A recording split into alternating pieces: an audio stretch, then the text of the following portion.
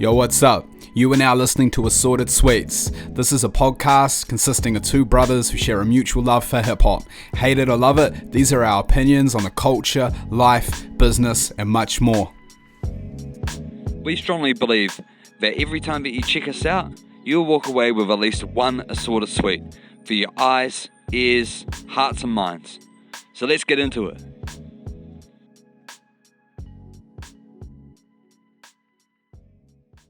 Definitely. How's your day been, bro? Like, how's the weekend been treating you? Yeah, not too bad. Sort of just got all the fucking chores out the way, and actually, so the other night, when you messaged me, you said that you've been watching the Defiant ones again. Is that right? Yeah. Yeah. So like, I started last night, but I've watched all of them again as well. Yeah. How many times have you seen it? It's only my second. I know you've seen it a few times, eh? Yeah. It's I love it, man. Yeah, it's a good documentary, eh? It's real good. I get so many different things out of it each time I go into it. Yeah. With a different mindset. Like, if I want a creative mindset or a pure hip-hop inspiration standpoint, I'm like, okay, I'm just going from a Dr. Dre angle. But if I'm going from like a pure business standpoint, hustle, from a Jimmy Iovine standpoint. So, like, I mean, last time I watched it, I was just really looking for that, like, businessy, just hustle mentality. And then the girls started watching it with me and they enjoyed it too. Yeah, it's one of those documentaries that you don't necessarily have to like rap to enjoy. Yeah. No. And it was interesting. I think I linked you like a GQ video article because they made the cover of GQ. I watched that too, man. Yeah. And it was it's real interesting just because they're like a partnership of like a white Italian guy and a black guy at that level. There's not many. Do you know something I noticed about Jimmy Iovine and Dre? Yeah. This is kind of random. They literally like almost wear the same shit all the time, like the same outfit. What they wear is not overly flashy at all. Like, you look at Dre, he always wears like a long sleeve, like kind of like top, like tight top jeans and white Air Force Ones. No really extravagant jewelry, just like a watch that's not too OTT. And Jimmy Iovine, he always wears like that Nike hat. Like, he changes that probably a little bit more, but it's very much like that's their uniform. Yeah, man. It's just like, it's really interesting. But there's sometimes it's like people become, you wonder if like they become so rich because they know about where putting their money in the important places, and not wasting their money on like the silly flashy things. They have some flashy things like fucking Ferraris and whatnot, but like I think Dre's always been an advocate for not like going OTT with like buying chains and shit like that, and like he says that to the artists as well. Totally. And that's when like it started like Beats, right? Because like after like Chronic 2001, like Dre's the biggest, Eminem, everything, right? And then Jimmy Iovine, his lawyers are like, you got sponsorships like coming through your emails all the time. And he's like, oh man, I don't want to be I don't want to sponsor something that I don't wear because I wear this. Yeah, you're going exactly. I started thinking about it during that segment, of the Defiance. Yeah. Man, bomb. Yeah, we got those. Yeah. Your Beats. Which is just, and it's just that story of just how they leaders in their field, and even respect from Jimmy Iovine in terms of who he worked with prior to Interscope. Do you think they thought to themselves, why didn't we think of this sooner? With Beats? In terms of Doc? No, like in terms of creating the beats, because it seemed like a very how it was portrayed. It was very improv. They just had a conversation randomly, and then it led to the beats. Like, I don't know. But then Jimmy Iovine he probably knew Dre was real hard to kind of convince to do shit like that. He probably premeditated it a little bit, eh?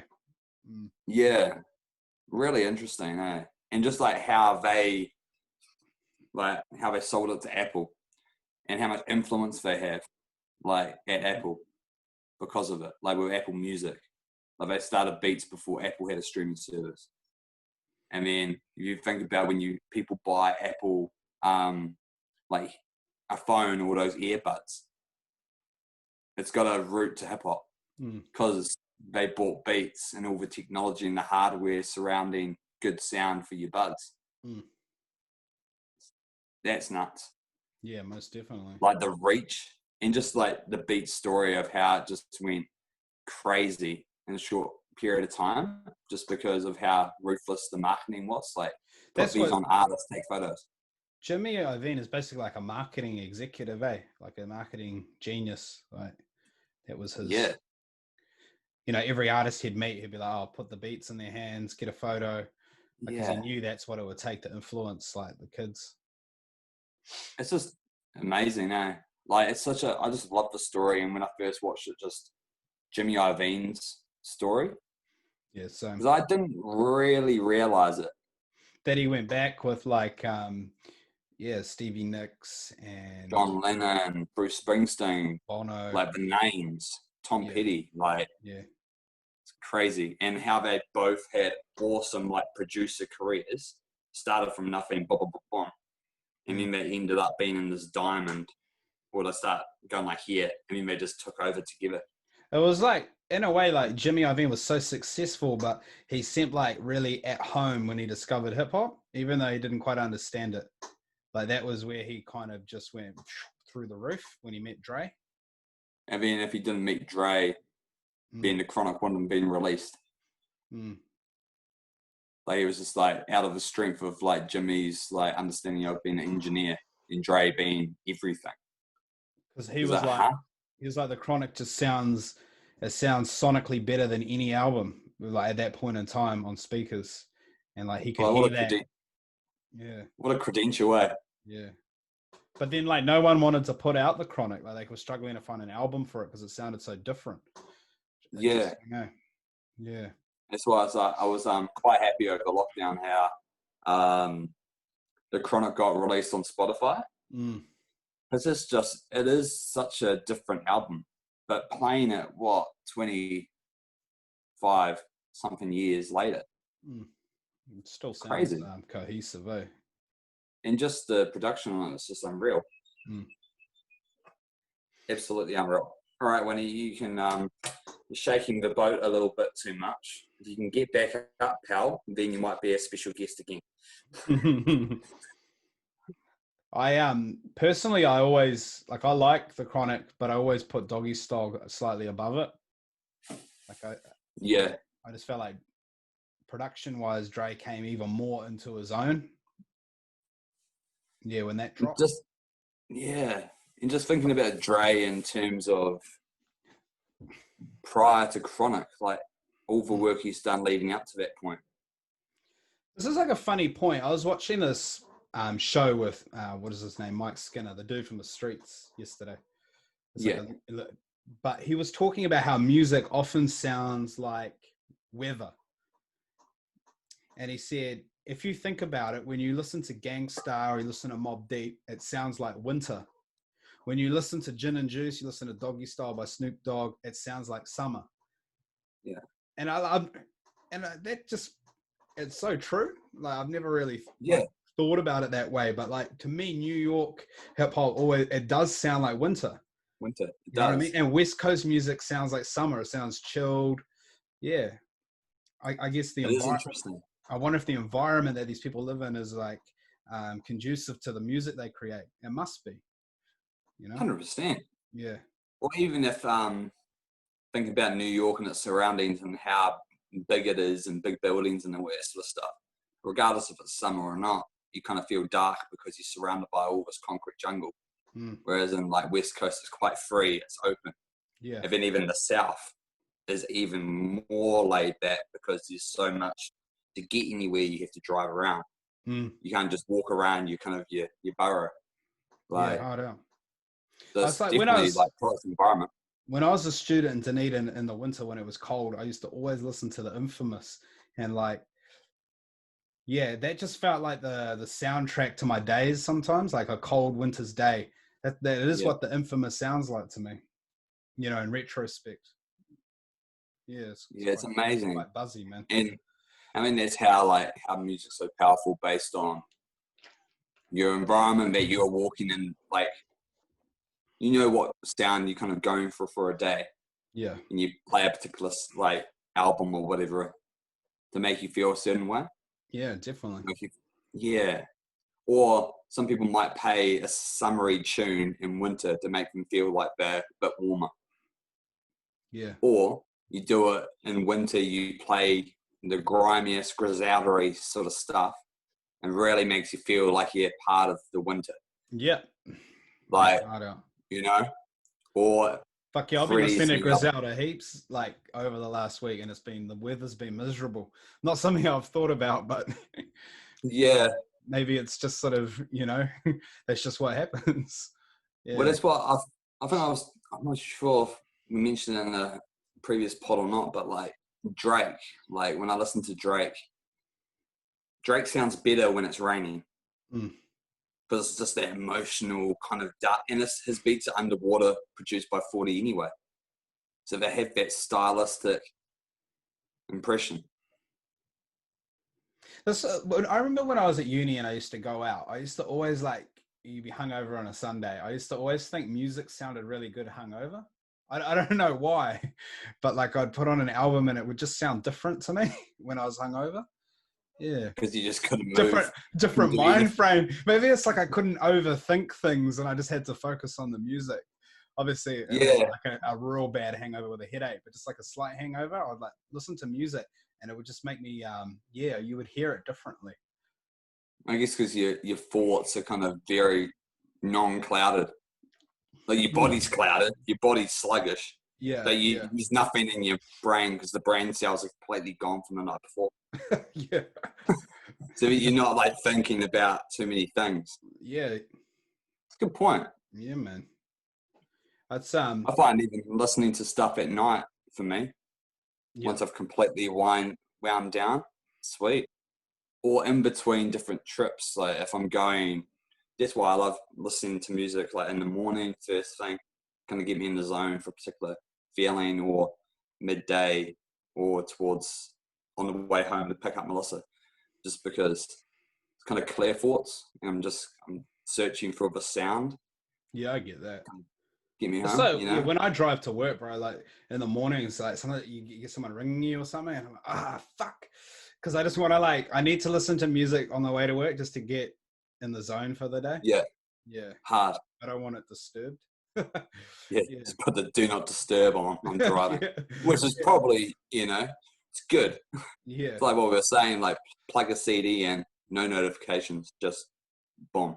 It's almost, it's like your mindfulness, like it's almost like your meditation, just to, drive and listen to something, and I think you're processing what's going to happen for the day, 100%. 100%, man. All right. Did you see that? Yeah, I do see it. Yeah, classic, man.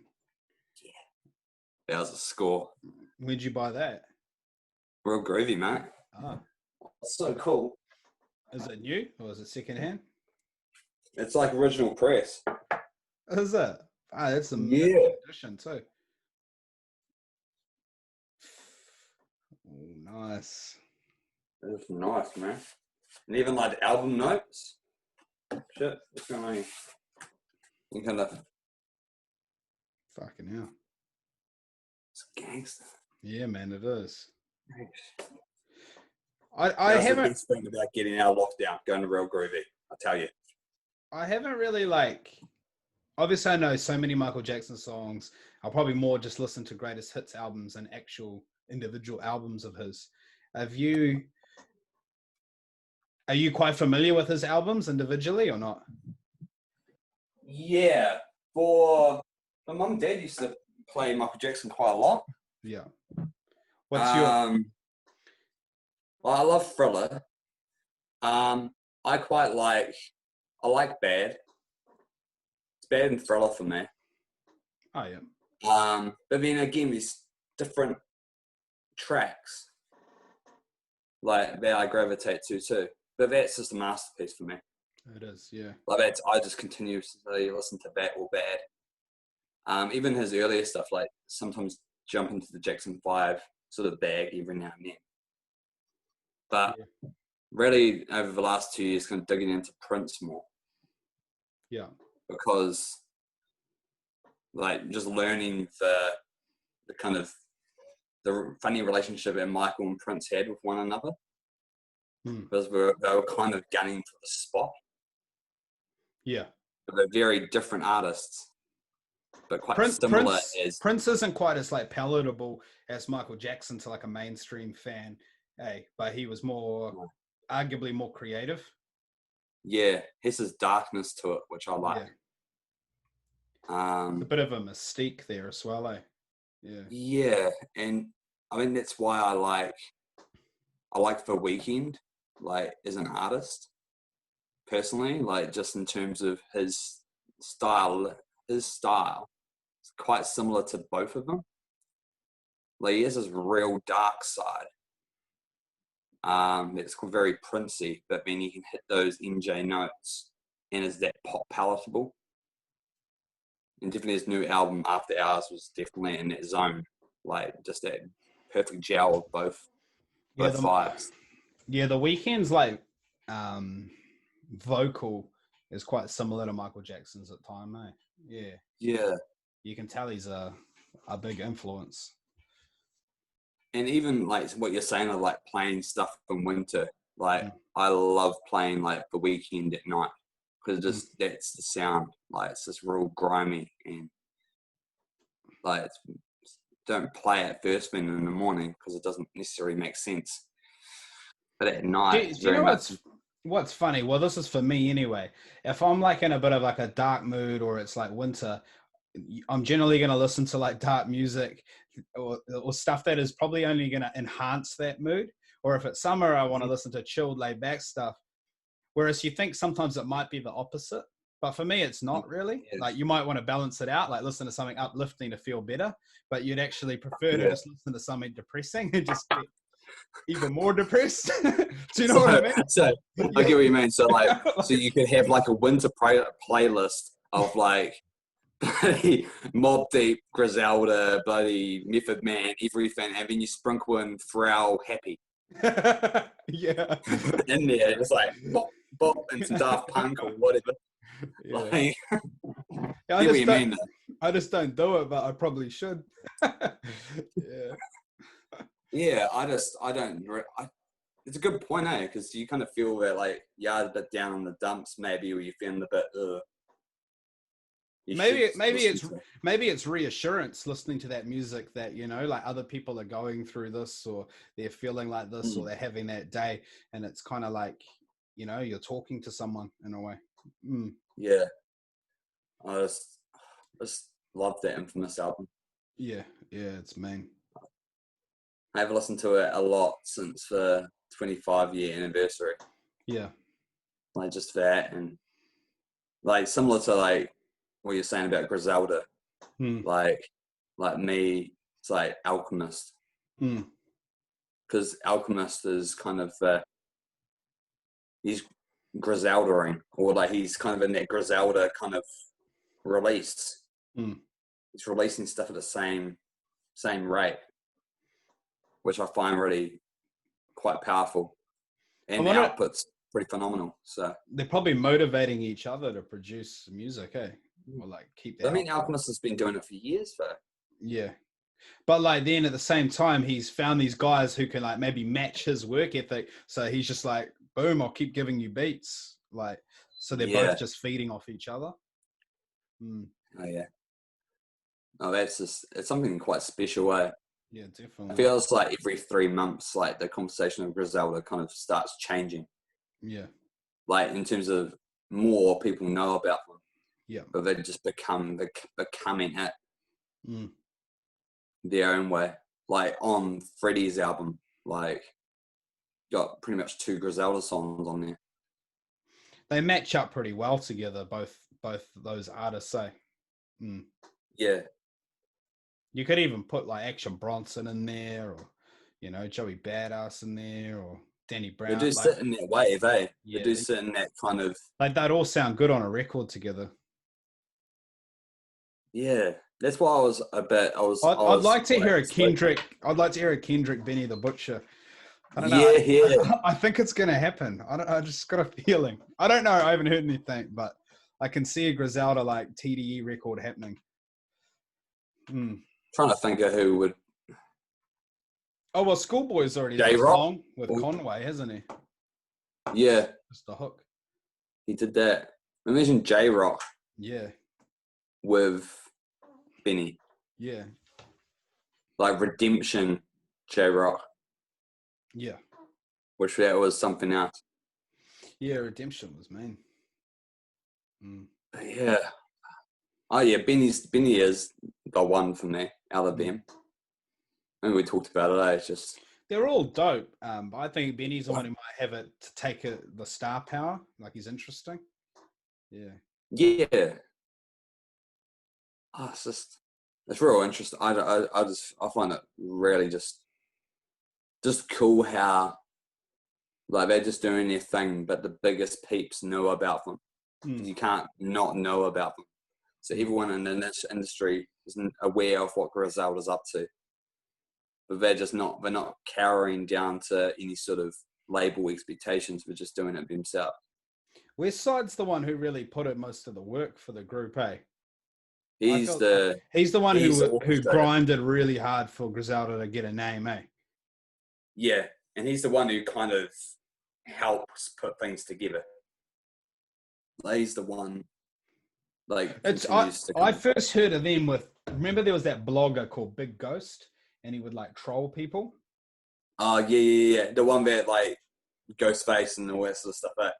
Yeah, he would write these reviews. No one knew who he was, but he would like write these scathing reviews against like Drake and Cole and stuff. But like he always was bigging up Griselda before like I even listened to them or like really thought, oh, whatever. I just thought, oh, these are just some underground type cats. But yeah, next minute, boom. He actually produced an album for them too. It's Big Ghost and Griselda. But yeah, no one knows who Big Ghost is. They still don't. Nah. He could be just like some white suburban kid. Hustler. Yeah. Doing his thing. He's like Michael Rappaport. Yeah. Is that him just like doing his old ego on the whole mic? It could be, man. Fuck, you don't know. Yeah. Yeah, no, like. Yeah. Yeah. Griselda, yeah. I like Griselda. I think that like they remind me of that early TDE. Yeah. Instead TDE, that early TDE only had like one album run. Kind of like an East Coast TDE, eh? Yeah. Yeah. But I wouldn't even like to. Actually, you can't really say it because, like, yeah, TDE's formula is more like less music but quality music. These guys are like more music but all quality music. Like they're just flooding the game. Yeah, they're kind of like doing it like E40, like how E40 like just pumps music out. Like they're prolific as anything, man. Like. Oh, that's cool. I'm looking forward to hearing some of them on some kind of more mainstream type production, like where they can take it. Because I know they'll still bring the lyrics. Yeah, I'm interested. Like, I remember Conway's got one record where he raps on like a trap beat and he fucking kills it. I forget what it's called, but I got it on my playlist. Because I heard them in an interview being like, we can rap on that trap shit too. We just don't do it often. Yeah. I mean, that's what I really liked Westside's interview with Hot 97, where he's just more humble and just happy that like he's got the best producers in the game to ever do it. Fucking with them. Like he's just like, that's what I work to get that. You know? I mean, that like can goes down the whole Benny and Smoke Dizza sort of projects. And like I wonder what happened when Kanye flew them out to that ranch. Like they had Havoc there too. I don't know. What a random like they would have been a mean experience like for them. Fuck. Yeah. Kanye's got this thing, where he will always he always tries to attach himself to the people who are like it. Yeah. I wonder if that's just a move by him to keep himself relevant. I just don't think that it fits. Mm. I mean, I don't know. Oh, out of it. In the Rick Ross book, he talks quite a lot about the making of Dark Twisted Fantasy. Oh, really? Rick Ross is one of the main reasons why Kanye signed Pusha T. Really? He said you should sign Pusha T. He's that dude. And he really kind of pushed for that. Because he signed him. He signed him just before Dark Twisted Fantasy, or his first good music song was Runway. Yeah. Yeah, man. That's dope. No wonder they've got such a good relationship, like Pusha and Ross. Yeah. I think he pushed him up, man. Yeah. Pushed him up. Yeah, like up the ladder a little bit, you know. Yeah. But if those two did it, I mean, watching a Pusha interview and how he just got utmost respect for Ross. And many people say it about Ross as well. Like how you're guaranteed to get a flawless verse. You don't have to worry with Ross. It's there. Especially if it's like a Pusha T asking for it. Like he's just confident. Off Daytona, that track. It was a hard piano. Like, love that. Insane. I don't think Ross has ever had a platinum album, bro. A platinum album? I don't think he's ever gone platinum. Teflon? Surely. I'm not sure.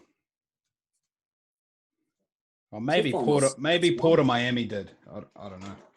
Back when like CDs were selling. Who knows? He's gone like this gold though on everything. Yeah. I'm trying to think of his Ross's like biggest moments. Like blowing money fast. And many of his big moments have come from his like Rich Forever mixtape. It's also funny, like Styles P ending up on that track was like an accident. Like the wrong beat was sent to Styles or some shit like that. And then he ended up getting the beat back with Styles on it, and he was like, "Oh fuck, that actually sounds mean." Like, yeah. Have you read the book? Have you finished it? Or are you still in the process? I've finished it. Yeah. I won't spoil everything. Hey, you'd enjoy it. There's gems in there, man. Yeah. Yeah, I've been so like lay away with heaps watching stuff, or not watching stuff, but just trying to get back into new normal. But this weekend I want to start playing around with stuff. I've just been focusing more on my records as well. Yeah, hard out. I haven't bought a record in ages, but I got no record stores out here, so if I go into town, I probably will. You just need to come up here, boy, and we'll just do a road trip to find records up here. Yeah, hard out. Like, that's talking about Ross. That's that record I want. It's that Teflon Don. Yeah, I reckon there's a few Ross records that'd be cool to have, on wax. Yeah. Because what is your favorite Ross record? Is it like deeper than rap? It's hard to say, man. I feel like all of his album, there's probably not one album, but like if I could make one album with all of his records, I could make a pretty good album, you know? Yeah. Yeah. Like God Forgives I Don't has a few tracks that are really good. Yeah. They're sprinkled throughout, man.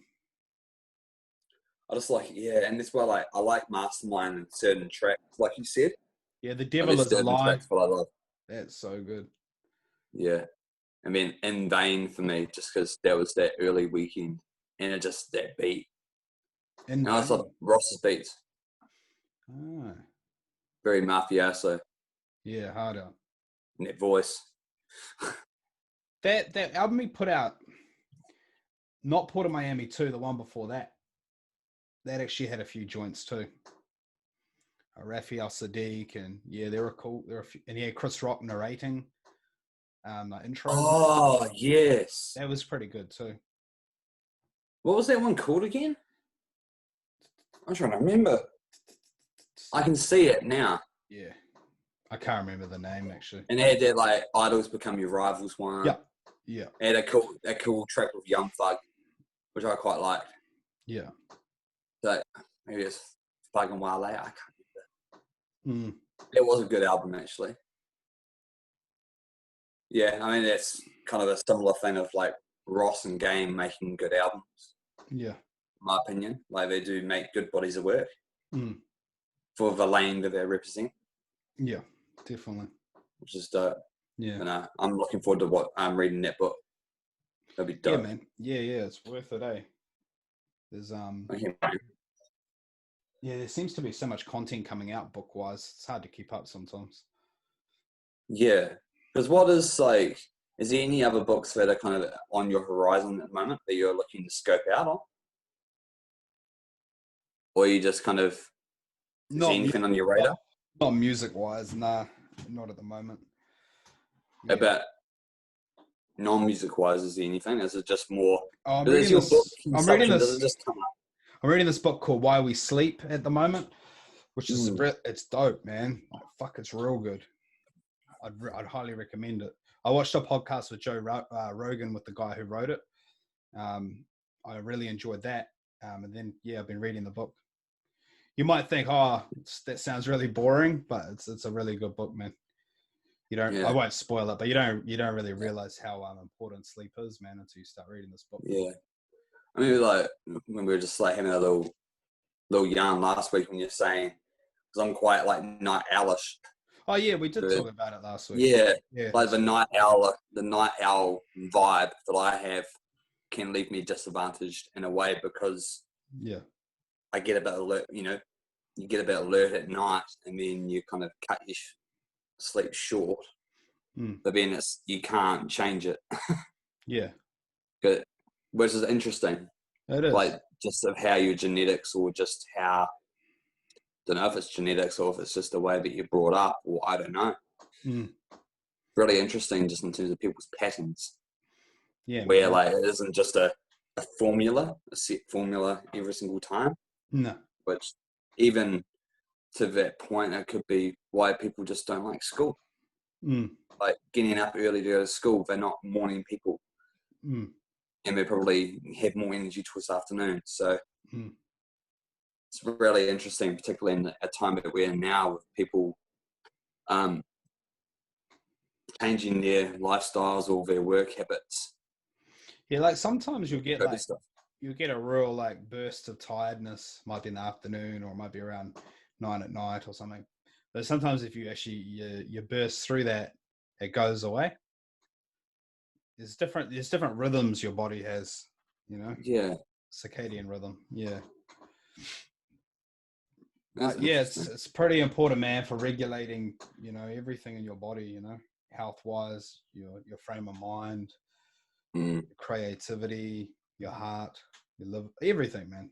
Yeah. That's nice. Yeah. There's a reason we should be doing it, you know. Yeah. Yeah, you can't bet those sort of like people who say like sleep's a weakness. Yeah. Sleep is a cousin of death. Nah, it's important.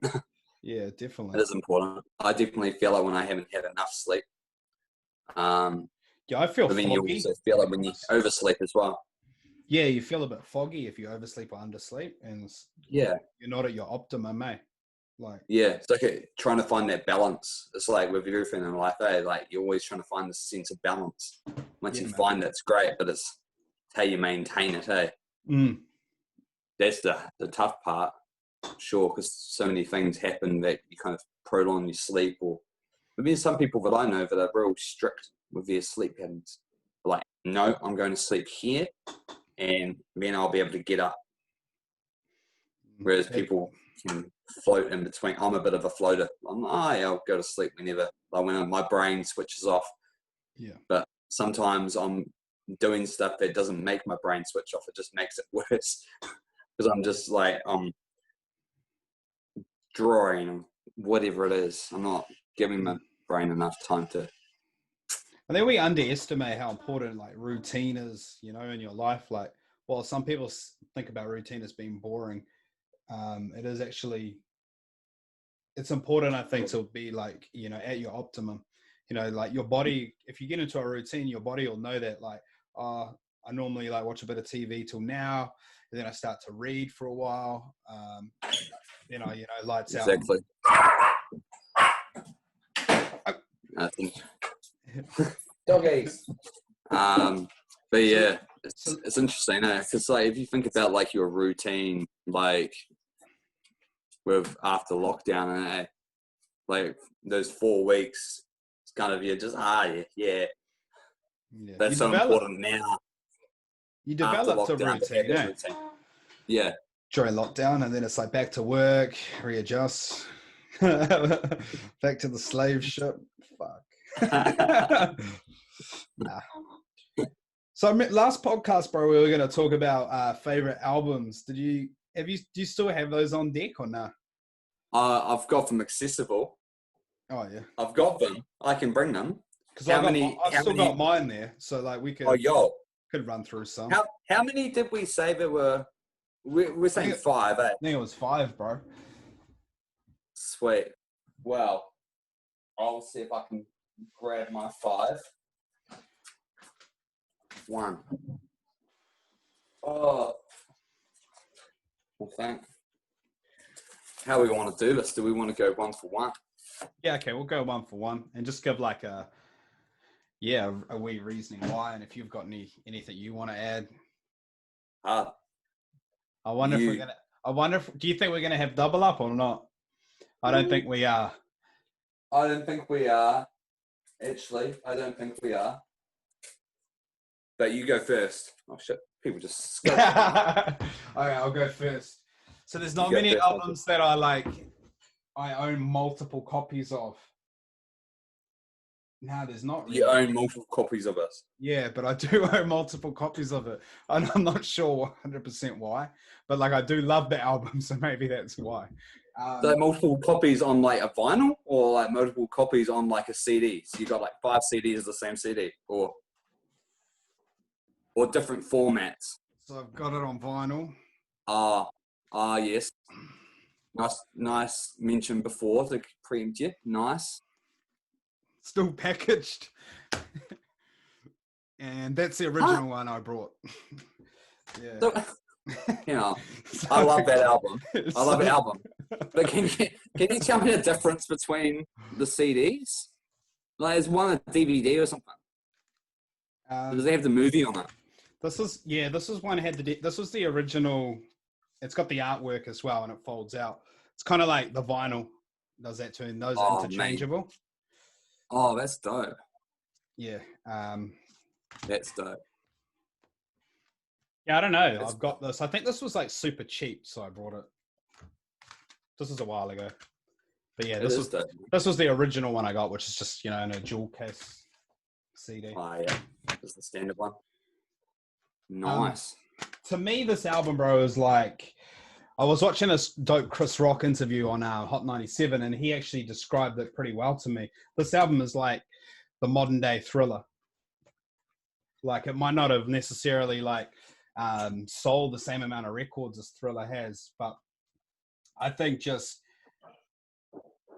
musically, it is just a fucking phenomenal album. Like, if you like music, regardless of if it's hip hop, like you're gonna like this album. It's just, there's just so many layers to it. He literally assembled like the A team of producers, rappers to create this.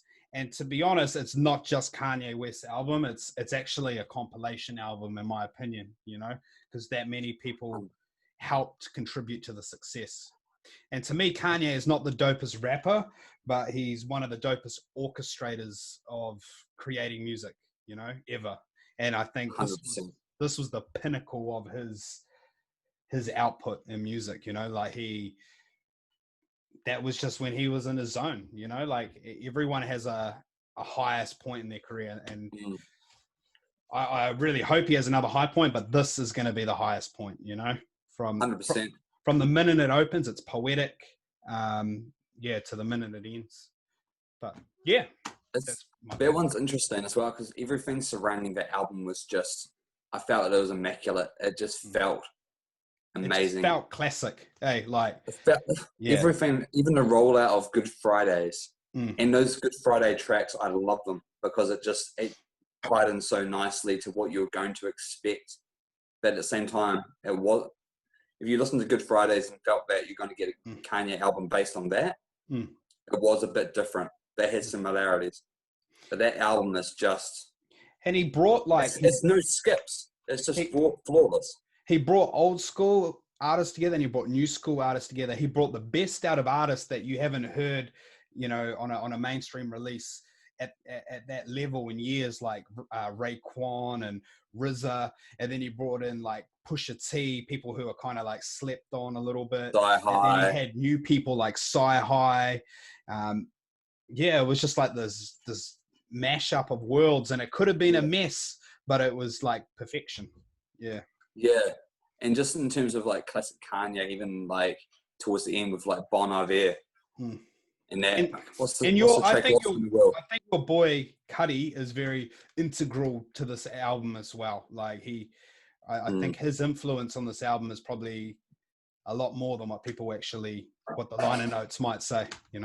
Yeah, and I think that's where like 808s, when 808s came out, like, and how it does sit in quite nicely under that in terms of the progressions from 808s to that. Yeah. So in terms of Cudi's influence on that, leading to that album, you can hear it in the stylistic change in the right direction for Kanye. Yeah, because before 808s, Kanye was he was just a rapper producer. Then he experimented with melody. And then with this album, he was confident in his melody and his raps, and he brought both together. Yeah. And that first track. Yeah. It's nuts. Yeah, it is. That dark fantasy track. Like, it's just crazy.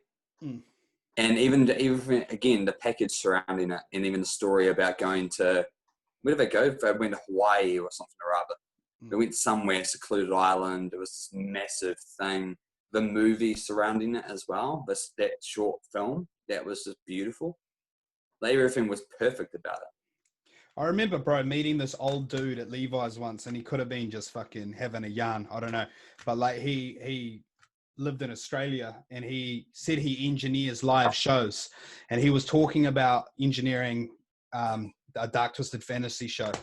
And he said, like, this dude, he said, I'm not really into hip hop, but he said what Kanye does with auto tune and his musicality is simply amazing. He said, I don't really care much for the lyrics, but just the technical aspect of it all. Yeah, he said it's amazing, and that's just one example of how it transcends the genre, And like the stage presence and just everything in terms of the set structure and all that sort of stuff, and those big chains, and just, there's another thing about Kanye where every single album's different, and every single album he has a different kind of look. Like I was saying at the beginning, look.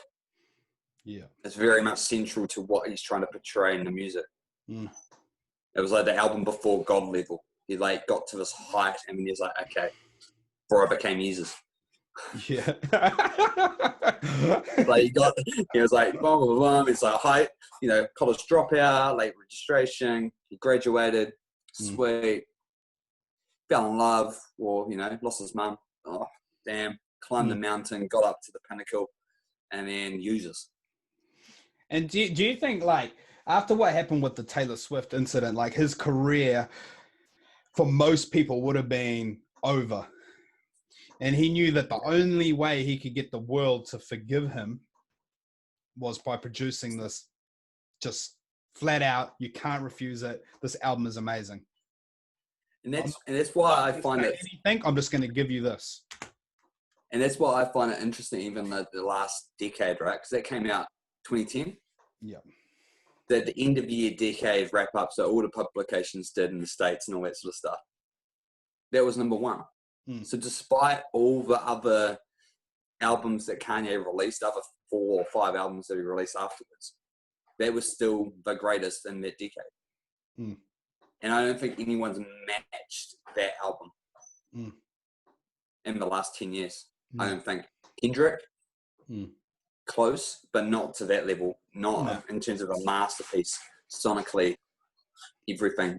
Like, every track is not anything you've heard before. And you're even right. All the Lights is a pop song, but it's not. Those good those Good Friday tracks that you're talking about, man, I got a mixtape of those. Fuck, those are just a phenomenal album if you put them together, you know? Yeah. And those were like Lucy's he just gave away to the world, you know? And that was the first time that an artist had done something like that, like a weekly drop of. He's got like Christmas in Harlem with the Diplomats. That's amazing. He's got the one with Ryan also, like, Leslie. Christian Dior flow with like Lloyd Banks out of all people, and then Ryan Leslie and Kid Cudi, and then Good Friday, that one with like Charlie Wilson and stuff. It's just nuts. And then the power of remix.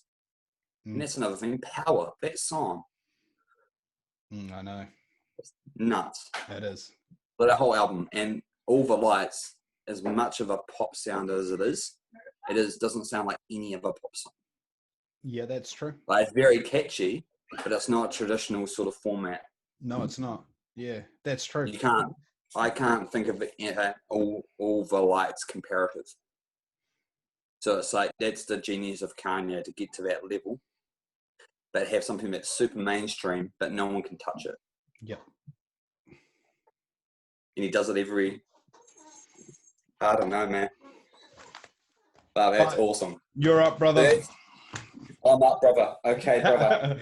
Arguably, like, I could talk about this all day. So, is that your favorite of your 5 or whatever? No, I don't know if I can't rate my 5. They're just all the 5, I'll say. Yeah. Okay. Well, I'm gonna talk about this one. Dope. So, this is Deltron 3030. So this album here is special for many reasons to me. Prior to, I think we asked ourselves a question of like, when did you start listening to hip hop? No, it was primarily around intermediate time. But there was one song in particular that I loved by the Gorillaz, which was Clint Eastwood. Yeah. So the Gorillaz, UK band, they had Delta Funky Homo Sapien rapping the lyrics. We got sunshine in the bag, yada, yada, yada. So digging deeper into that album, and I had the album on CD, I was like, who's doing these lyrics? Like, this is so palatable. This is so interesting. Turns out it was Delta Funky Homo Sapien. And he featured on that track as well. But the people who produced the Gorillaz album primarily were Dan Automator and then Kid Koala, who's DJ. But Dan Automator is like affiliated with like Prince Paul, who like produced the De La Soul's album. So like that just opened my world up to that part of hip hop for me. But this album is so special to me because it's all 3 of them together in a concise body of work for hip hop. It's set in the age of 3030, and I love my sci-fi. It's just a hip hop space opera. Like, if this was made into a movie, it'd be insane. Like, it's pretty much all the themes, and it just breaks my heart what's going on, in current state and states and stuff like that. But just the themes that I listed in this, it's pretty much, if you play this, it'd just be what's going on now with all the technology that's happening. This was released in like 1999. The writing that writing on that album is pretty phenomenal. Like, if you think about how far Dal took a concept for a whole album.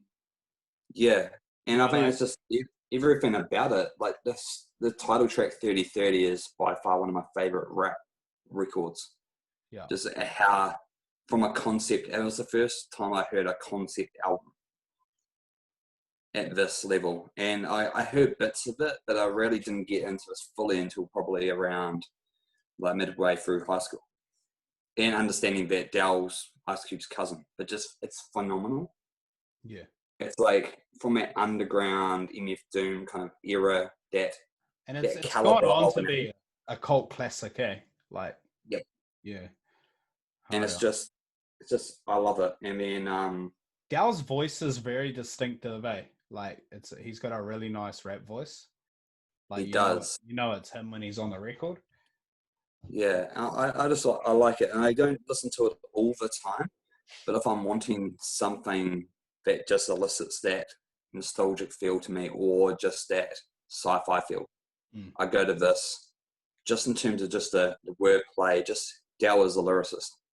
He treats hip hop purely like a video game. So bending everything. I love it. And they did a sequel to this, which I listened to, and it's pretty good. But this is just by far one of my favorites. What's everything about it? Just Dell trying to event too. Okay. So it's not as good as this one, in my opinion, but just everything that the three of them do is amazing. And like Dan Automated as a producer, from what he does, it's just, this is by far a perfect album for me. But again, it's a cult classic, but I just love it. Yeah, hard out. It's cool. I just wish it was made into a movie or something, because it is very much, you can close your eyes and listen, and you're just like, oh wow. What is that, like original release, or is it like a special edition or something? This was, I wouldn't say it's original. I can't remember when I got it actually. Doesn't actually have a date on it. Nah, just standard. Oh yeah. Just standard release. But yeah, I love this album. How many tracks, bro? 21. But there's skips. They're not skips, skits. Oh yeah. You know? Yeah, it's just, yeah, it's very much like, you know, set in that dystopian future where technology is taking control. Yeah. Which, even playing this over kind of lockdown in a way, it's like kind of felt like we're in this kind of dystopia sort of world where it's a bit empty, and you know, all we had was technology and we're relying on it so much. And there's a lot of those things in there which, if you play it now, 20 years post its release, it's kind of foreshadowing in a way of some of the reliance on the technology that we do have. But again, of its great power. And just in terms of the system, you know, breaking the system that many of us kind of rely on. Yeah. So that's one of my fives. It's nice. I love it. I love it. What's your next one, Moji? Oh man. So my next album is for me, it's an album. When I heard this rapper, from like me being an MC, I was like this is how far you can take lyricism, and it's still, even though it dropped in, might have been 2000 or 90s, it's still, to me, it hasn't dated at all, you know. And to me that's really the, you know, the telltale signs of what a classic album is. And that's Big Pun, Capital Punishment. To be honest, this is actually more of an album probably that I think Bo got me into. But yeah, man, once I started listening to this, you know, like tracks like Super Lyrical or Black Thought, you know, you just have Black Thought and Pun going back to back with each other, just two incredible lyricists, you know. It's just mind blowing, you know. And his raps are just like a challenge to learn, you know, just to be able to do. But when you can do them, it's like, wow, this is sick. And the production on this album is really nice, man, from top to bottom. You know, there's a really nice street joint on here, 21, that's got Prodigy and Inspector Deck from Wu-Tang. You got Parental Advisory of Busta Rhymes. Like, the features are on point. You got Dead Prez on there, Wyclef. Yeah, bro, just like top to bottom, this album is fucking phenomenal. You know, like the Dead. Just like a classic and a shame back, like before his time. Like yeah. Just and people forget this is the first. Well, this is the first probably person in lyrical who went platinum, who wasn't in hip hop, who wasn't black. You know, like people make a big deal of Eminem and stuff. But you know, Big Pun was one of the first artists to go platinum with Capital Punishment.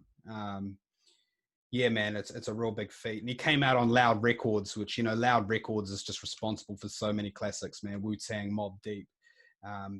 You know, but you know, Steve Rifkin signed Pun without even hearing Pun, because he respected Fat Joe so much that his opinion was like, this dude is phenomenal.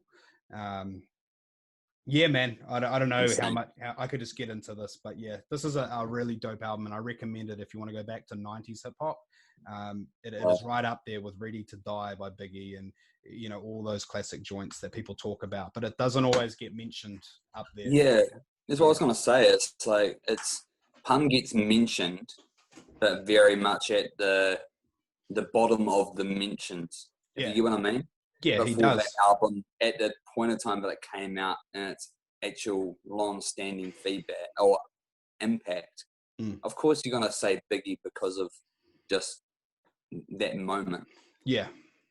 Arguably, you would say in terms of technical, not arguably, but technically how the album's produced, it should be at a higher esteem. But of course, the people who know about it know about it. Yeah, man, and it's a really long album, like I think with 21, 24 cuts. Most albums that are that long don't end up being classics because some joints are considered filler. That album doesn't really have any filler cuts, you know. It's got a legendary Funk Flex interlude in there. Yeah, man, it's just dope, you know. Yeah, it's crazy. Oh, yeah, I like listen to the album a bit. Yeah. Not as much as yourself. I mean, this is probably where we'll probably show that our musical like journeys are similar but different at certain points. Yeah, hard out. But when I have listened to that album, I'm like, it was a bit daunting to listen to because of how technical it is. Yeah, it's just he was like all about business and enterprise. Like he was rhyming these fucking huge words, and I'm really into like complex rhyme schemes, and like, you know, like you'll look at like a Pun rhyme scheme and he's like literally rhyming like virtually every word if you line it up on paper, you know. And you hear the likes of Kendrick, you can hear that Kendrick probably has a bit of influence from a Pun, and the way they run the words, you know. So like a lot of MCs when they first start out on the beat, they'll be like 1, 2, 3, 4. I was walking down the street. But with Pun, it's like, you know, it's like an instrument of its own. And that's just, you know, MCs who are really advanced, like Andre 3000 and Big Pun and Kendrick. Use how they deliver the word as the percussion more than the actual. Yeah, they've got their own rhythms that go over the top of your 1, 2, 3, 4. You know, those are advanced lyricists. You know, Eminem does it really well. But my point is, some people do it so well, but then they don't make good music. Pun could do that really well, but he also made, you know, music with a purpose. It wasn't just riddling for the sake of riddling, you know? Yeah, whereas people imitate. Yeah, they imitate really badly, and it's like they're trying to be technical for the point of being technical, and it comes with the lyrical swimming pool type shit, you know? Yeah, and people probably think that technical is just rhyming fast. Yeah, but it's not. But it's not. It's like, it doesn't make sense. I don't understand what you're saying. Whereas like those elite lyricists, they have technical and they do have different flows, but you're able to catch up on what they're actually trying to say. It has a message in it. It isn't just a... And they're rhyming. They're trying to rhyme words together that you have never heard rhyme together, you know? And stuff like that is really impressive when you're an MC, because anyone can rhyme crazy and baby and maybe, you know, but it's how you rhyming everything within a line or a bar. Eminem's got that one where he rhymes door hinge with orange and, you know, shit like that. You know, definitely from a technical way. What's up next, bro? What's up next, my G? Let's see if I've got it where have I got it? Oh, where is it? I'm trying to read the alphabet, but I can't seem to do it. This one here, mate. This one here.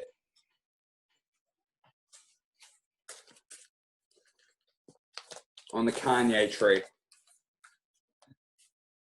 Kids See Ghost. Oh shit, you've got Kanye. wax. Yeah, buddy. Kanye, Kid Cudi. So, if you haven't seen this before, you've seen it before, bro, but the fellas out there, or the ladies. 2018 was released, part of the Wyoming Kanye sessions of the 5-album rollout. This was the second one after, was the second? I think it's the third one actually, after Pusha T's Daytona, and then Yay, and then Kids See Ghost came out. Yeah. Definitely those punchy albums where, there's a bit mixed reactions of Kanye at that time because it was the Donald Trump stuff, the Magna hats, everything, right? And there's a lot of controversy going on in terms of hip hop around Kanye and Pusha and Drake and all that sort of stuff. But there's 5 stellar albums, and we talked about it before, but listening to albums at the heat of when it comes out, sometimes you don't get the reaction that you are hoping for because you're going off judgments that other people have about it.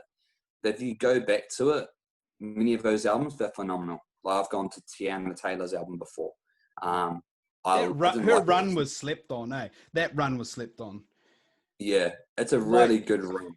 It really is. Like if you would take, I have to say I didn't listen to Nas's album as much. I did listen to it, and there's some tracks out of it, but this one by far is my favorite from it. By far. There's some clear reasons. We've touched on it with my beautiful Dark Twisted Fantasy, but when these two met, Kid Cudi and Kanye in 2008, something magical happened. And the influence of those two working together has run deep in the last 10 years. The artwork's fucking mean on that, eh? Sound. And the artwork's amazing. And just, for me personally, like, I'm all about visuals. And this reminds me of Kid Cudi's Man on the Moon album a lot.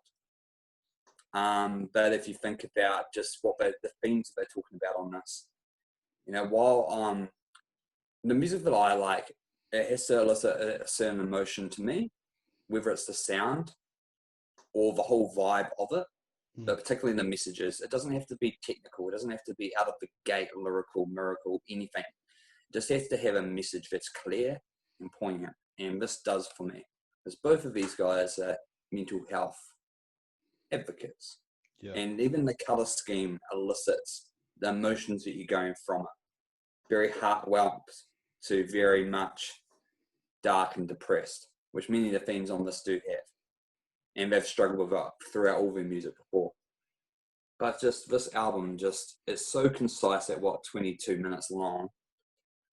There's certain elements of it that I don't necessarily, they shocked me to begin with, like the first track, Feel the Love, when Kanye's doing the rat-a-tat-tat-tat-tat-tat-tat-tat. Bro, I fucking love that. It's like, like random, but it's like, yeah. I'm like, oh, yeah. Man. But sometimes I forget about, like, it's abrasive the first time you listen to it, but then it kind of grows. But then you like it. Yeah. But I love this album. For me, has no skips. There's some stellar tracks on here, like Reborn's amazing. Yeah. Cudi Montage is awesome. People actually slept on this album a lot. Like they kind of ranked it towards the bottom of the albums of the rollout. Obviously, Pusha T was at the top, and I probably do put Pusha T at the top overall. But I do love this one. It might be sacrilegious to like a Kid Cudi fan, but to me, that's the second best project I've heard from Cudi aside from Man on the Moon. But I'm not connected to his music the same way you are. But I think you would be right. Yeah, you would be pretty close. Like, I mean, for me, this is just a nice continuation of all the work that they've done from Cudi's influence in 808s and Heartbreak. Cudi's, we talked about influence in terms of my beautiful Dark Twisted Fantasy. You hear Cudi through Watch the Throne. You've heard Cudi through, all the good music stuff like Cruel Summer, Life of Pablo, he's in there too. Like, he does have this hum. And this it's very much, like you said, about, it's a sound and emotion that it's quite soothing. Yeah. doesn't have to be. Some people take different parts out of music, but it's just that melody that Cuddy has, which is very much his own. Yeah. Often imitated, but it's never can be replicated in terms of the way that he does it. And Kanye's just sounds the best he has done on this album. Yeah, he does. Yeah. Since like Dark Twisted Fantasy or Watch the Throne, in my opinion. Yeah. Like he's clear, he's not rambling. It just makes sense. Yeah. And this just I love it.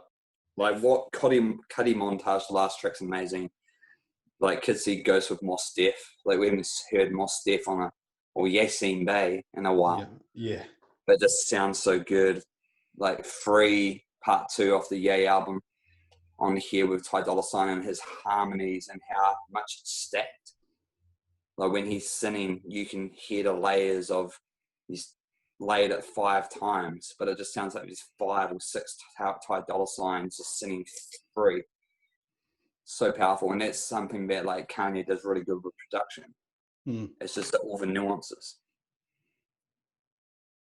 that you hear throughout these albums. I like that album, bro. Yeah, it's dope. Like, yeah, it's mean. The Nas album was, I love Nas, but that Nas album was probably a bit of a flop in my opinion. Like, it's got some joints, but yeah, it's not.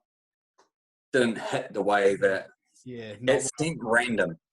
Yeah, it was very random. I don't think it's Nas's best rapping, if I'm being honest. But yeah, I don't know. I mean, I was really just gunning for this album. That album and Pushes are probably up like the top 2. Yeah. Yeah. Tiana's album's good. It is. I reckon for me in terms of, and that rollout is net positive. Yeah, I love that album, man. So, Rose in Harlem. That is amazing. Yeah. I like that mix of the grimy hip hop with like the R&B. It sounds dope, man. And I think if you take away any of the lyrics, if you just take it in terms of what that run represented, I do kind of feel like you were saying about My Beautiful Dark Twisted Fantasy and the Taylor Swift moment. This was Kanye's second chance at like proving that he can get back into this producer bag. Yeah. If you look at all the beats throughout all these albums, they're pretty up there. Like in terms of, boom, here you go. Regardless of the rollout and the complications and people's feedback on artists not having a huge amount of control, Kanye pretty much just did everything and they didn't understand what album they were going to be left with until the end. Yeah. But this one just... It's dope that they, put that trust in Kanye to do that. Yeah. Yeah. I know that's, definitely up there, mate. And I mean, like, if I'm raving about this one, I think another one that's probably in my top 5, but I mean... I'm just going to have a quick bathroom break. I'll be back in a second. Bro. Yeah. All good, Bolt.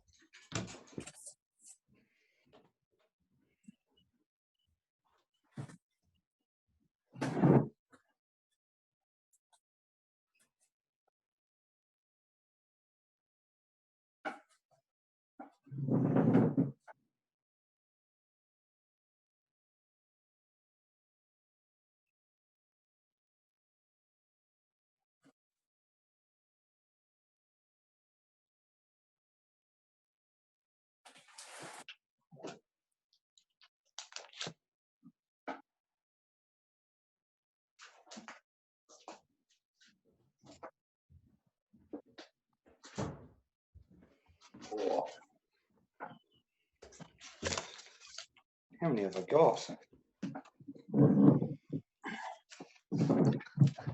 Have you found them all? Hey, I'm just trying to get my list sorted. I'm trying to make sure I've got them all. I've got heaps. It's not going to be the most clear of top 5s because I can't pick a top 5. It's hard. Yeah, it's hard to pick a top 5. And to be honest, like my top 5 is going to make me look like some 90s hip hop backpacker, which like I am, and I love that stuff, but like it's not all I listen to. Like I do have other favorite music, but like I've thought of it from the perspective of what I'll probably like listen to the most times in my life. Yeah. Yes. If you know what I mean. Yeah. Yeah. So my next one is another 90s sort of vibe. So this MC for me, I remember picking it up from Real Groovy, and it has a sticker on the front that says "Pure 90s B-boy theme music." That's the review from the source, okay? And it only had 4 mics, and I went through this phase where I was like, I want to buy all the 5 mic albums. It was just like a phase I went through. Yeah. But it had US import on it, and that was dope to me. And then it had best value, which told me it was good value. But no, I brought it. All these songs. I brought it, and when I took it home, I was like, man, this album's fucking mean. Like, actually, I prefer listening to this album than a lot of the so-called classics that the source were telling me were like the shit, you know. It was just hella grimy, and I think what first got me about this MC was probably more his voice, and the way he sounded on record, and the way he put his flows together. He was lyrical, yet you could really understand what he was saying. Yeah, just a huge influence on me as an MC, and that's this guy here, Big Al. Oh, yours up. Lifestyles of the Poor and Dangerous.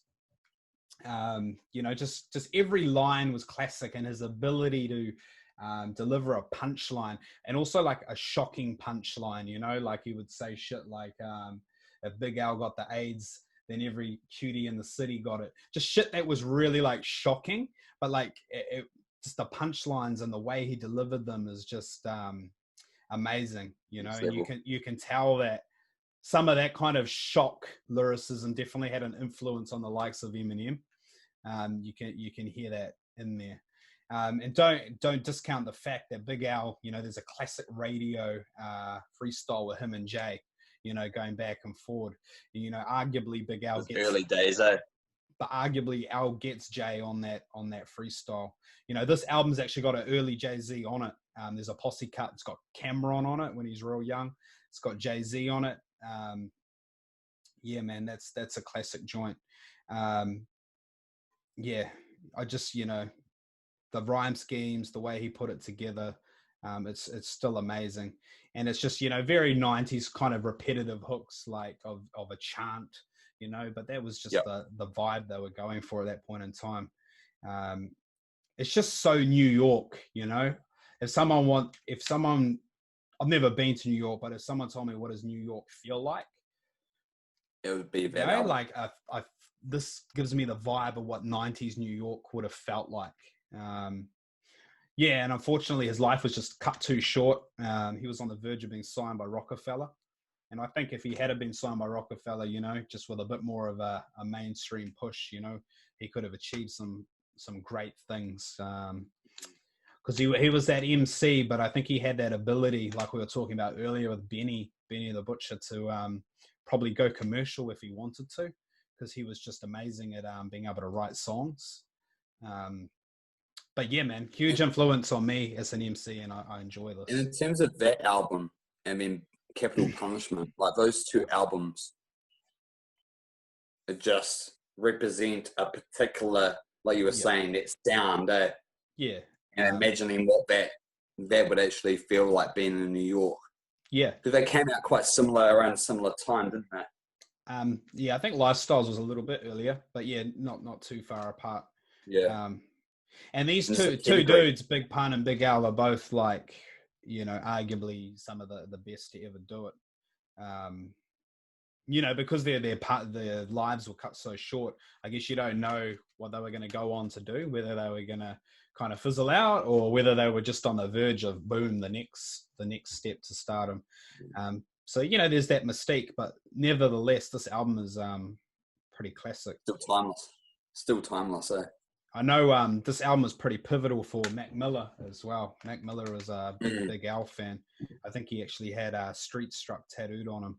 So Street Struck was a record that the label forced him to put on here because it's kind of like a positive, more of a positive record.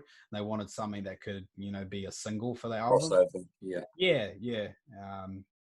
But still, it still sounds like a grimy street record. It's just got a positive message in there. But that's great. If you want to know about 90s hip hop, I definitely recommend going back to this. What do you got? Oh, what have I got? Oh, let's see if I can try and do a description before showing you what it is. Because I like how you did that little before you showed it, you did a little I was trying to guess. I was like, is it gonna be Scarface or Big L? I was like, is it gonna be Scarface or Big L? But so this next album. There's too many, yeah. Scarface. Yeah. Too many. This next album for me, probably a similar feeling, a similar journey in terms of music as Deltron 3030 was for me with Deltron, where it opened my eyes up for a lot more, or a particular sound, or a particular raft of artists that are not particularly mainstream, or just you wouldn't normally get into being in New Zealand, or what you normally were listening to around that time. So like this album in particular opened my eyes up to what the UK was doing, in particular when it came to like their variation of hip hop, grime, and really made me fall in love with grime. This is probably grime in itself is obviously a derivative of hip hop, but it's more derivative of garage music, which is real big in the UK. But then there's a lot of sounds in the UK of drum and bass and dubstep, which are laced within grime too. And the technical ability of a grime MC is something I really quite enjoy listening to and understanding how they get on that, because that's probably more the technical ability that I got gravitated to, because the beats were so obscure. Yeah. And there's no better grime album than the following album, Dizzy Rascal's Boy in the Corner. And before I delve into the album itself, just why I love my vinyl, a beautiful, nice, beautiful piece. But Dizzy Rascal, like this album here, Boy in the Corner, it's grime classic. This was the first one that really made people take notice from an MC from the UK. And predominantly a grime MC, but then started transitioning into more what the UK hip hop sound would be like. It took me a while to actually understand the themes of this album, but that came from listening to it a lot of times. I listened to this a lot throughout high school, and Dizzy is one of my favorite artists. But what the Boy in the Corner does represent is that outcast mentality, kind of being left in the corner to your own devices and making something special from it. So there's a lot of themes in terms of like mental health, and really taking you into what it would be like being from London in those streets, similar to how you would find it from listening to like a Big L or Big Pun in terms of being in New York. Yeah. That you feel like you're part of this grime universe. Yeah. And just the beats just are crazy. Like you don't hear anything like this like in just normal hip hop sense. Very obscure. I mean, it's grime. Just look like even the cover just looks classic, man. You even look at like it's just timeless. Like you look at the gears that he's rocking and that type, like that could come out today and it would look like a modern release. It's fire, and it just gets better over time just listening to it. Yeah. Because it was so original for what it was at that particular point in time and what it represented. Like everyone's tried to kind of create their own Boy in the Corner, but they can't because this was the first one. That's one of Chris Rock's favorite hip hop albums, though, which is quite out of it. Yeah. And it's that showcasing of what grime is. And you think back to that time period, you like look at the music the States was putting out. It was a lot more commercial in feel compared to that, and that was that raw shit that they weren't making in the US at that point in time. And I kind of talking to our Griselda conversations. Yeah.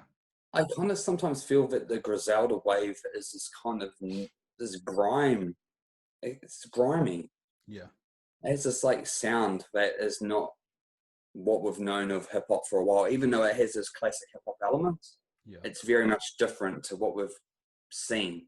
It's very much their own version of it, which this album represents. Does that have any features? Wiley or just Wiley, which again, Wiley is the godfather of grime. Yeah, really did kind of pave the way for Dizzy to get into it, but Dizzy was the one who blew. And Dizzy, without this album, UK hip hop or UK grime, there wouldn't be a scene. This album just took it over into a global sense.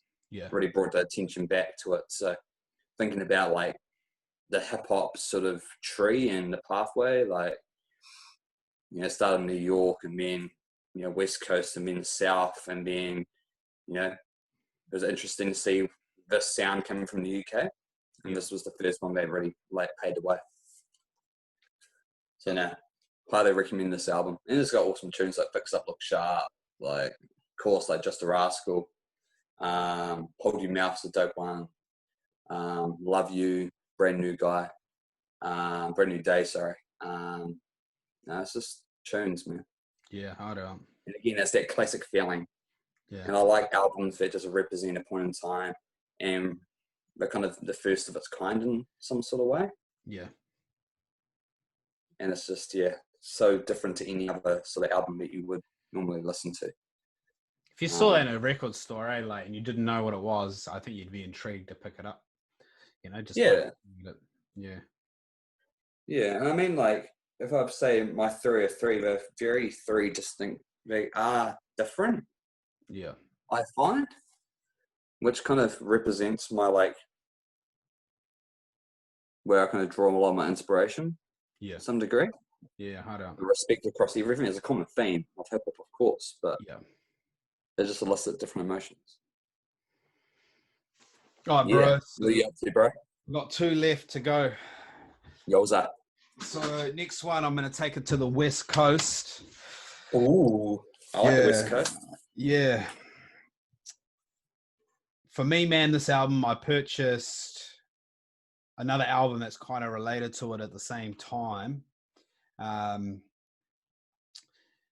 But yeah, this one was the one that was like, I liked this straight off the bat. Like, you know, there's some albums that you have to like spend time listening to appreciate, and they get better with time. Mm-hmm. But this is like it's just a killer album. And the way this dude flows is like, it's just like beautiful to listen to. It's just like music to the ears. You know, he's not always necessarily saying a lot, but his style was like freestyle. And I think most of these tracks, he actually used to freestyle, and Dre would just say, you know, I'll stop it here, start it here. And then they put a hook in, because he didn't really know the metrics of like, you know, of a song. The production was unique. In my opinion, it's the best G-Funk album that was made, top to bottom. You know, one of the first songs, you know, there's a lot of songs now I like that don't have a hook, but the Shiznit was one of the first songs that, like, I still love that track, you know, top to bottom, no hook, just flow.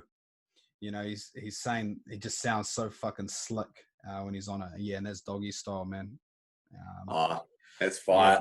I just want to bring something else to add to that combo that will help if I can find it. But I love that album too. And as you said, it was so laid back. Yeah, man, it's just like chilled, like. And who the hell lets somebody else rap on the first record of their debut album? He doesn't even appear on it. Oh man, yeah. Oh man, but the artwork, man, is sick. Like the cartoon vibes, like man. Oh, that's amazing. And he definitely, like, it's kind of like a gimmick, the whole dog thing, but he manages just to like roll it into every track, like, and it just works. Like, yeah, man. So that sound of G-Funk. Yeah. Like, yeah, I do get what you mean. Yeah. I do get what you mean in terms of. This was like gangster music, but it was still like, it was palatable for like the pop charts, you know. If you bleep out if you bleep out the words, these are like mainstream songs. And I love that album. Snoop's never been able to make a record that is unskippable again, you know? To me, you know? Not to that level. Not to and that's why, like, I think that, like, Doggy Style, for me, I look at Chronic and Doggy Style together, even though they're separate. So do I. Because Chronic is as much Snoop's album. This is like Chronic Part 2, you know, in a way. This is a continuation. Like, it's more like Chronic was setting up who Snoop Dogg and that whole scene was, that funk, and then let's go into the man behind the Chronic, really. Because it's stylistic, it's still got that funk, and the progression of Dre as a producer on there, as you're saying, he went to a different level as well. I read that, you know, people like early days described Snoop Dogg as a West Coast Slick Rick. Yeah, you can kind of hear that to a degree, because Slick Rick had that laid back kind of vibe. You know, he's even got a song on here called Lodi Dodi, which, you know, is and he says, shout out Slick Rick. So you know that Slick Rick was an influence on Snoop, but I guess 100%. Snoop was just the Long Beach, you know, gangster version in a way. But yeah, man, the way he just flowed on the beat, like he did doggy dog, doggy, you know, he could say that a million times, but it still sounds slick, you know? Yeah, 100%. Yeah, man, I could put this on right now and I'd just listen to the whole thing, you know? Yeah, I really want to like still enjoy it, you know? Out of all the albums to date, I got this on wax. You gave it to me. Yeah. Yeah, that's right. Yeah, I've got that. That's dope. I was trying to remember that. Like, where is that? I think I got. Where is that? I think I got you that. I got you that and Bleak. You did, yeah. Yeah, that's right. That was a good present, man. And that's when I got my my last record. I'll be all day. It's in there somewhere. Yeah, that's me. But no, I love that album. Like, of all the albums that we talked about today, I think that's one that I'm gonna like play. I want to just listen to Chronic and Doggy Style back to back. Yeah. After this, and probably Kanye. Yeah. But I haven't listened to Dark Twisted Fantasy for a while, but I mean, Doggy Style is just something that I just go back to, and I'm just like, oh, saucy. It is, man. Nice. And that album did huge numbers, like for its time. Like, I can't remember, but out of the gate. Yeah. And that's why I liked watching Defiant Ones. Yeah.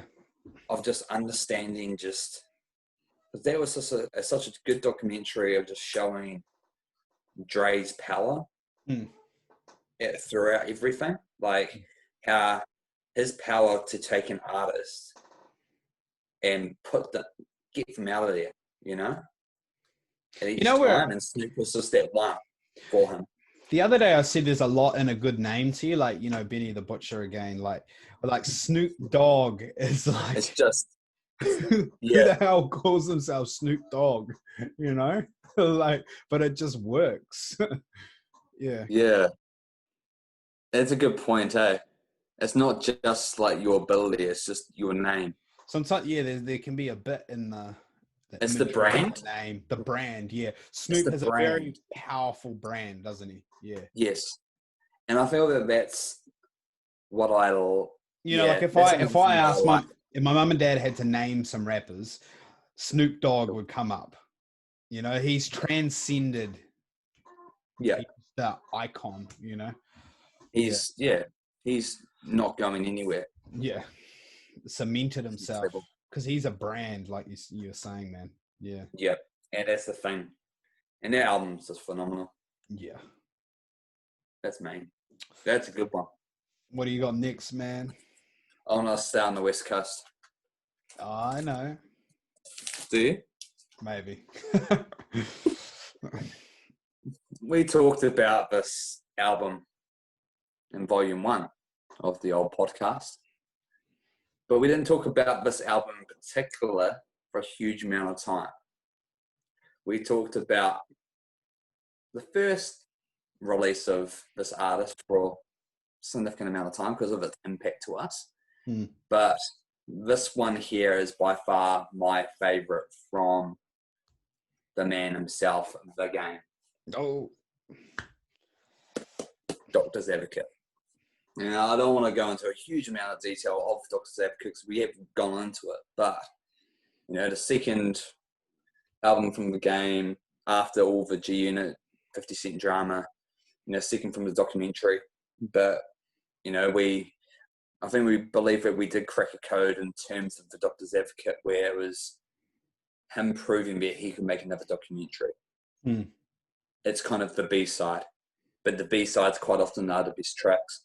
And just this, I think you feel the same way. Like, we're rooting for this album to be by one. Yeah, definitely. And it just has aged so well for me. Mm. And again, shot for giving me this one, bro, because it's just phenomenal. Yeah, man. But I can't pick many favorite tracks because the whole thing's just a complete body of work to me. Like, I feel torn having to select, try and, you know, I don't like doing favorite tracks a huge amount of time, but just this as a whole album is just phenomenal. Yeah, like you're saying, man, you put like documentary and that next to each other, they're like, it's like the light and dark version, eh? You know, you came up with that, but it's quite true.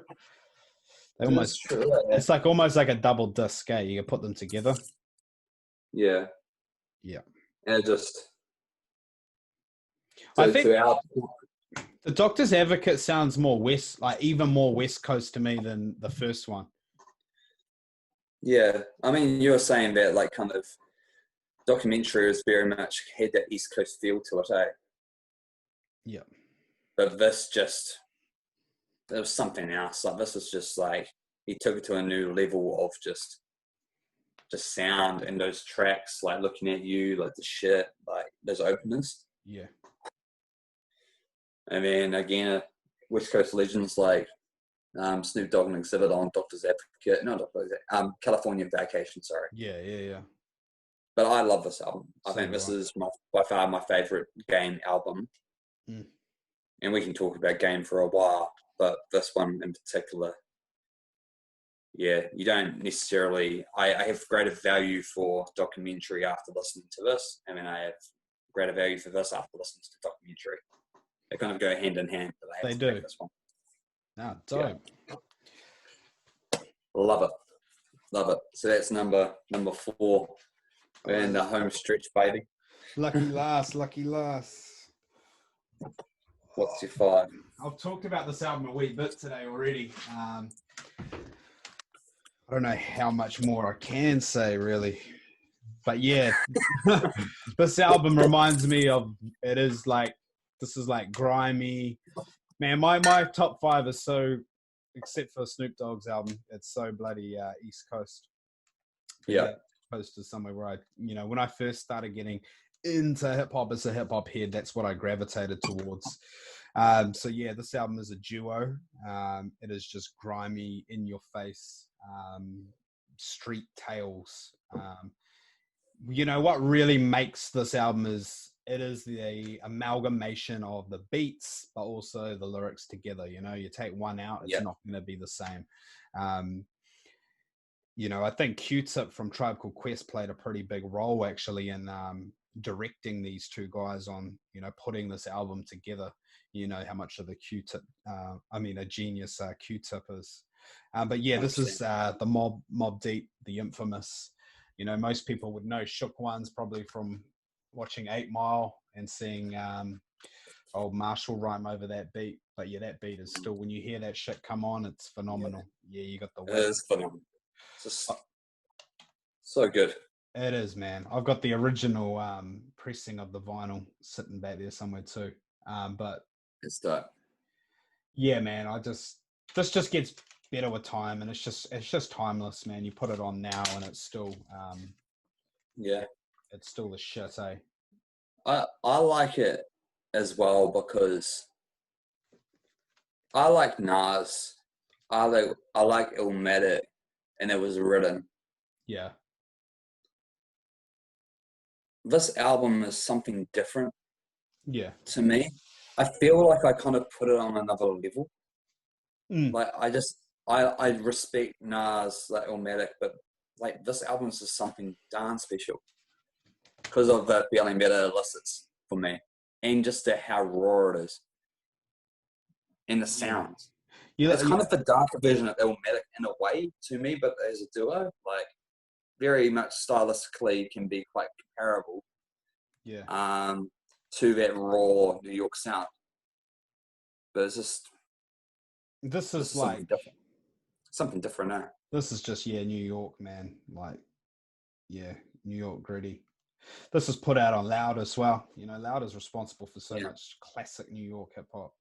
But yeah, man, every track starts at the beginning. You know, there's that interlude with Prodigy, which is like funny as hell. So straight, so gutter. Where his Eye for an Eye is amazing for me. Yeah, Eye for an Eye. The Nas verse on that, man. I'll be shooting slugs at the sky. Like, it's just that's a fucking one of Nas's best verses. You know, Prodigy and Havoc aren't as like lyrically sharp as a Nas by any means. No. But this is another example, kind of like Dark Twisted Fantasy, that, like, you know, might not be the best rappers, but this is a top 10 album of all time. Yeah. So it's more than just being this incredible lyricist, you know. Yeah. Like, not everyone has to be a big pun to make a classic. You know, you've got the likes of like YG, who made it. He's not a great rapper in my opinion, but My Crazy Life is amazing. Just to take it somewhere left field, you know. Yeah, 100%. Prodigy arguably is a pretty nice. I think he got really nice as an MC. But these were just like battle bars, you know, street bars, storytelling. But it was just so pure, you know. You felt like these guys were drinking Hennessy out of bottle, you know, out in those streets, like just doing what they were talking about. It's funny, you even look at the fashion, bro, from back then, like, you know, wearing the Timberland, the baggies, the fatigues. It might not be as baggy now, but like a lot of this shit has come back full circle, you know, and these guys will be wearing this stuff. It's almost like an old school ASAP Mob or something, you know? Like, yeah. 100%. Now, this album's something special, it really is. Survival of the fittest. Even like temperatures rising from like a vibe, it's very like temperatures rising from like the jazzy production. The ladies on the hook. Oh, yeah. It's like a quite like a duality in a way of like what the sound of the choruses would hook to what they're saying. I love. Man, you nailed it. Like shit like that, you know, when it's the duality of like, it's like the smoothest stuff ever, but what they're saying doesn't necessarily sound like it would go with it. But it does. Yeah. 100%. Or he's got Drink Away the Pain, where he talks about it's like a concept record, you know? Yeah. I like that like up north trip. Yep. Oh yeah, there's heaps of them, mate. But the jazzy little samples, it just sounds so like nice. And I remember on the 25th anniversary, like on Hot 97, they interviewed Havoc, and then Q-Tip dropped in as well, and like Havoc is like obviously a huge Q-Tip fan, but like Q-Tip saying like, no, like what you did with this album like is phenomenal. Like, I played a very small part in Infamous, but like what you did, Havoc, was amazing. Because like this album was like they were back up against the wall. Like they had what's their first album? I can't remember it. It was Juvenile Hell or something or other. It's their first album before Loud. And then Loud, they were the first main signees on Loud. And Loud just gave them the creative freedom to say, hey, here you go and do your stuff. And they just felt comfortable in the zone. Loud was like almost like an early TDE in terms of the... I need to start comparing TDE. But like in terms of the creative... They gave the artists 100% creative freedom to make the album they wanted to make, and they didn't have to make singles and shit like that. And look what happened, man. We ended up with like all these classics from the 90s because of Loud. And just again the caliber of the people involved as well, right? Like it's just insane. And it's the sound is cohesive top to bottom, You know, nothing really sounds out of place. It's like one of those ones like the video from for the video for Shook Ones is just so that's classic too, eh? Like yeah, it's just so grimy. I love it just because like we were saying in terms of like an album where you got a CD, it's awesome, but it's one of those albums that you play and you just drive to and like a vibe to, you know. Yeah. Like over lockdown, I listened to this a lot, just like going for walks. So I like go for a massive walk and I'll just play it from the beginning to the end, and I was in the zone. It was quite nice. Severe used to play Shook Ones the video like all the time on Holler Hour. Yeah, like I remember that. Eh? Literally, like every episode, he would generally play that video. I was like, yeah. And I find us like from Mob Deep, like I remember Shook Ones because that was when we started first getting iPods. They having iPods around then, but the first real Mob Deep song that I kind of got into was like "Got It Twisted" of like American's Nightmare or whatever it is, the one before the G Unit album. I mean, that really prompted me to get into Mob Deep and listen to it a bit harder. Got into this, and I'm like, ooh. But again, as I've got older and understood it a little bit more, and the value that I put on these albums after the time that I've had listening to them, they just get better and better and better. Yeah, man, to be honest, the Infamous, I brought that when I was 16. I think it was off the strength of Severe recommending it. And when I first got it, I didn't get it, man. Like I didn't, you know, there were a few tracks I liked, but I was like, oh, I don't know. I just didn't understand it. But probably when I hit like 21, 22, that's when I understood it, and I just like loved it. Yeah, top to bottom all the time. It's like your music tastes evolve, and they become more mature, and you appreciate things on a different level. And the album was just like, wow, I don't know why I didn't get it back then, but I do now. I think it's like life experience as well. Yeah, and that's why it would be interesting just to, I think we talked about in Volume 1, is talking to people who came up, were present and aware of hip hop when this came out. Yeah. So like the waves that this album could have made over here when it did come out, because it was still the early 90s. Yeah. It was phenomenal. Nah, it's a good album. What's the last one, bro? I think you can kind of guess it. I'm not sure. Maybe. But this album, similar to probably my fourth album, this is by far my favorite album of all time. It is. I love a lot of music, but this one here blends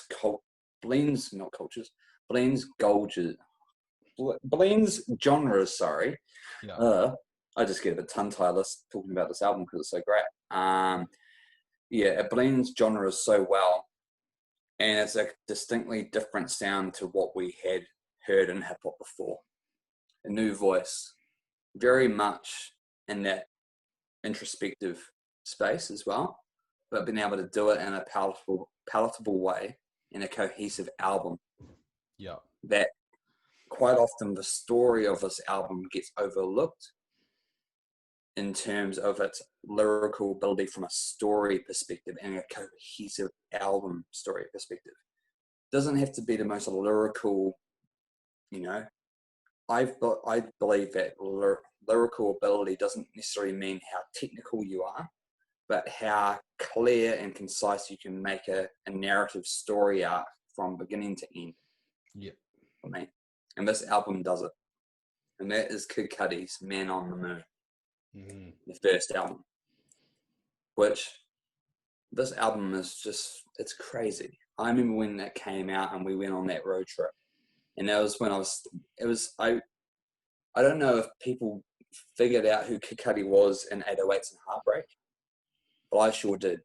I listened to 808s and Heartbreaks and looked at the credits, and then I figured out that he had a mixtape, and I loved that Kid Named Cudi mixtape. Yeah. And I remember playing it a lot, and I was like, oh, this is amazing. I haven't heard anyone. He has a different sound, his melodies, his humming, just the sound and the beats that he does have elicits an emotion that was quite moving. in the themes. Day and Night was huge in the clubs, eh? Like, yeah, huge. Day and Night and like the Kruger's remix. It's just, I mean, like for me, it was just this. Everyone was talking about Day and Night.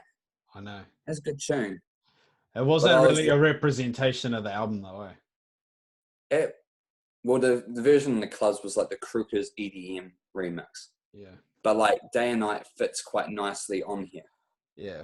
It does. In terms of if you actually listen to the lyrics.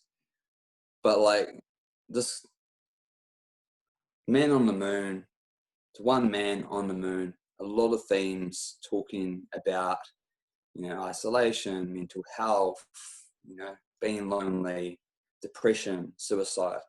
A lot of things that when I first listened to it, I was like, ooh, I haven't heard this before. But I quite often have gone back to this album more and more so when I'm feeling like I need a little bit of upliftment. Because of the themes that whenever I'm feeling down, there's particularly some few songs on here that keep me going. And it reminds me of a particular point in time that was pivotal for me. After high school, taking that gap year, I listened to this album a lot. It dropped. And it was kind of a turning point for me. And it was kind of like, oh, he was talking to me in some weird way. Like I resonated so much with the lyrics and what he was saying, because at that time I was just kind of just working my Pizza Hut job by myself. I wasn't with any girls.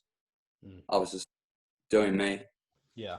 Like kind of being fly and making my own t-shirts back then as well. Just doing a lot of things he was doing in there. But I don't know, it's just everything, even again, like we said about Kids See Ghosts in terms of the artwork, like they had that feeling. Yeah. Where like quite often like Other Side of the Moon can be quite like bright based on where the sun's going, but his side is very much dark.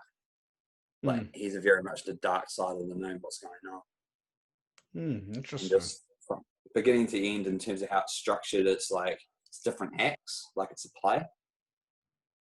And the second album of this is so much darker, but it's quite a nice continuation of the story arc within it. This by far is just, I don't know, I could talk for ages about it, and I don't know if I've got the right words to articulate how much I love this album, but it's just, it just has a vibe. I'm finding doing this, bro. Like some of the albums, they mean so much to you that you've almost got hardly anything to say because you don't know what to say.